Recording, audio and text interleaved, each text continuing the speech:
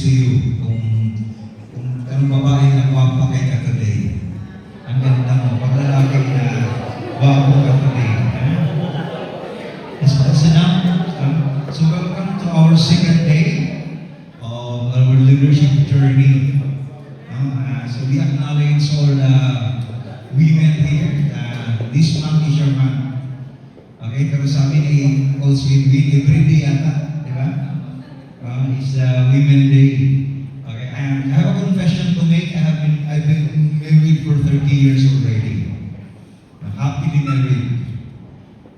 And there's one thing that I'm very proud of. No? Hindi ako nagkulang sa asawa ko. Ganun pala. You might ask the question, bakit nasabi ni Coach na hindi ako nagkukulang? Because whenever I had quarrel with my wife, nag-away kami ng asawa ko, tinatanong ko siya, bakit ka galit? So anong sagot ng mga asawa? Sino married here? Okay? Happily married. Pag wala na nagtaas. O tinatanong ko yung wife ko, bakit ka galit? So anong sagot ng mga asawa? Sumusobra ka na. Right? Sabihin niyo nga, anong sagot? Okay, so never ko talaga narinig ang wife ko na nagsabi, kulang ka. So always, sobra. So yan ang ni Coach Cesar, 30 years, hindi ako nagkulang sa asawa ko. Always, sobra. Diba? Diba? Ang wife, bakit ka galit? Sobra ka na. So, nagkulang kami, hindi. Nagkulang ang mga lalaki, hindi. Wala, sobra palagi. Okay, no? So, that's what I'm telling. We never had talk. I'm very proud na hindi ako nagkulang sa asawa ko.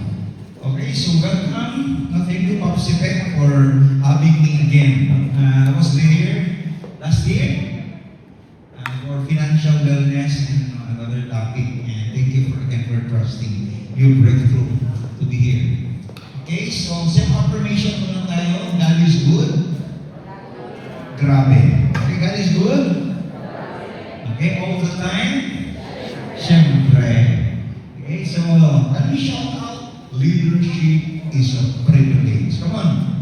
Leadership is a privilege. Okay, to lead is a privilege. And pasalamat tayo to given the chance to lead people because it's a privilege. Okay, so leadership formation and event management. Because sabi nila, event organizing. So ang bago niyan pala is event management. So today morning, we'll talk about leadership. And this afternoon, we'll talk about event management. Okay?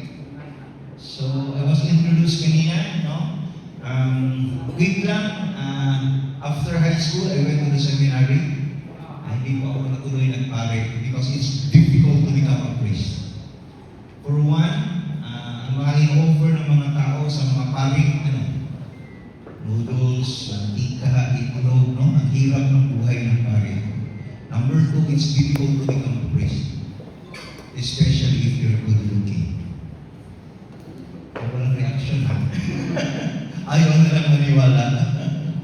Okay, so yan, no? So alam na niyo yung coaching yung medyo mayabang. Ha? Mayabang hindi? Ang tawag dyan, ma'am, kababaan mo. Ang tawag dyan, alam nyo, angas. What's the word? Okay, kasi minsan yung nawawala sa atin, nawala yung pride, nawala yung angas. Tama, hindi? Okay, di ba? You always look at parang minamaliit lang tayo. So dapat bawat tao mayroon tayo angas. Okay? 4 years ago, I was in Arizona, USA. Okay? I was together with my daughter representing Team Philippines for the Hip Hop International. Kasi yung daughter ko na bunso is member ng Team Philippines. Okay? And ito yung napansin ko. Pag mga other countries, may nasa stage sila, wala pa lang silang sinasabi, you can feel their presence. May angas. Pero pagdating sa Pinoy doon, di ba? Wala naman. Kaya sabi ko, I will use this as a tool whenever I had a talk. But to challenge people dapat huwag natin kalimutan na mayroon tayong pride, angas. Okay? So sabihin mo sa katabi mo, dapat may angas ka. Ha? Hindi yan negative ha? Angas is never negative. It's a positive thing. Kasi meron tayong pride pa. Pride. Do not lose that. Huwag tayo mawala ng pride. That you are Filipinos. Okay? And especially kayo, you are serving our country. Right or right? Diba? Dapat may angas na yun yan. Walang iiwala yan. Okay? So, yeah. So, then after that, I went nagtrabaho sa pharmaceutical industry. For 25 years. Started my trip, went to marketing, naging post-marketing account. 2015, I took my early retirement at the age of 45. Okay, bata pa? Bata pa bang 45? Okay, I retired for 2 reasons. Number one, nag-offer na ang company ng restructuring program. Ang ganda pakinggan, no?